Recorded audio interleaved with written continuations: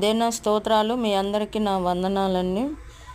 మొదటి రాజుల గ్రంథము 18వ అధ్యాయము 42వ వాక్యము. ఏలియా కర్మేలు పర్వతము మీదకి పోయి నేల మీద పడి ముఖము మోకాళ్ళ మధ్య ఉంచుకొనెను. తరువాత అతడు తన దాసుని పిలిచి, నీవు పైకి పోయి సముద్రము వైపు చూడమనగా వాడు మెరక ఎక్కి పారజూచి ఏమీ కనబడలేదనగా అతడు ఇంకా 7 మారులు పోయి చూడమని చెప్పెను. 7వ మారు అతడు చూచి, అదిగో, మనిషి చెయ్యి అంత చిన్న మేఘము సముద్రము నుండి పైకి ఎక్కుచున్నది అనెను. అప్పుడు ఏలియా, నీవు ఆహాబు దగ్గరకు పోయి, నీవు వెళ్ళకుండా వర్షము నిన్ను ఆపకుండునట్లు నీ రథమును సిద్ధపరచుకొని పొమ్మని చెప్పమని వాణ్ణి పంపెను. అంతలో ఆకాశము మేఘములతోనూ గాలి వానతోనూ కారు కమ్మెను. మోపైన వాన కురిసెను గనుక ఆహాబు రథమెక్కి యెజ్రెయేలునకు వెళ్ళిపోయెను. యెహోవా హస్తము ఏలియాను బలపరచగా అతడు నడుము బిగించుకొని ఆహాబు కంటే ముందుగా పరిగెత్తుకొని పోయి యెజ్రెయేలు గుమ్మము నొద్దకు వచ్చెను. మరి ఒక్కోసారి మనము ప్రార్థన చేసిన ఎమ్మటనే జవాబు రాదు.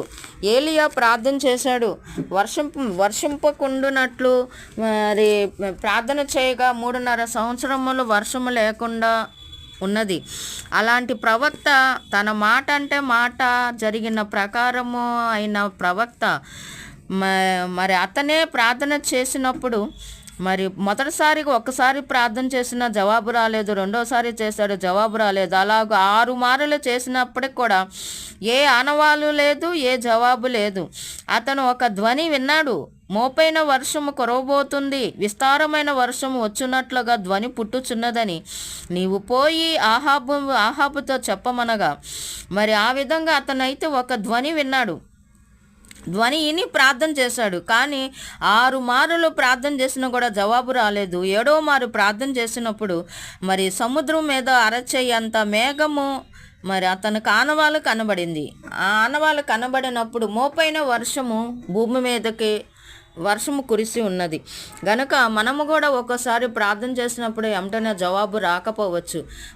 మరలా మనము ప్రార్థనకి జవాబు వచ్చే వరకు మనం ప్రార్థన చేయవలసిన వారమై ఉన్నాము. మరి అలాగే కదా అన్యాయస్తుడైన న్యాయాధిపతి మరి అన్యాయస్తుడైన న్యాయాధిపతి ఉన్నప్పుడు మాటికి నాకును నా ప్రతివాదికి న్యాయం తీర్చమని అడిగినప్పుడు ఒక విధవరాలు వెళ్ళి మాటికి నా ఎద్దుకు రాకున్నట్లు ఒక్కసారి ఆలోచించాడు ఆ అన్యాయస్తుడైన న్యాయాధిపతి. అలాగే మనం కూడా మాటి ప్రార్థన చేసినప్పుడు జవాబిచ్చే దేవుడై ఉన్నాడు మనకు కూడా.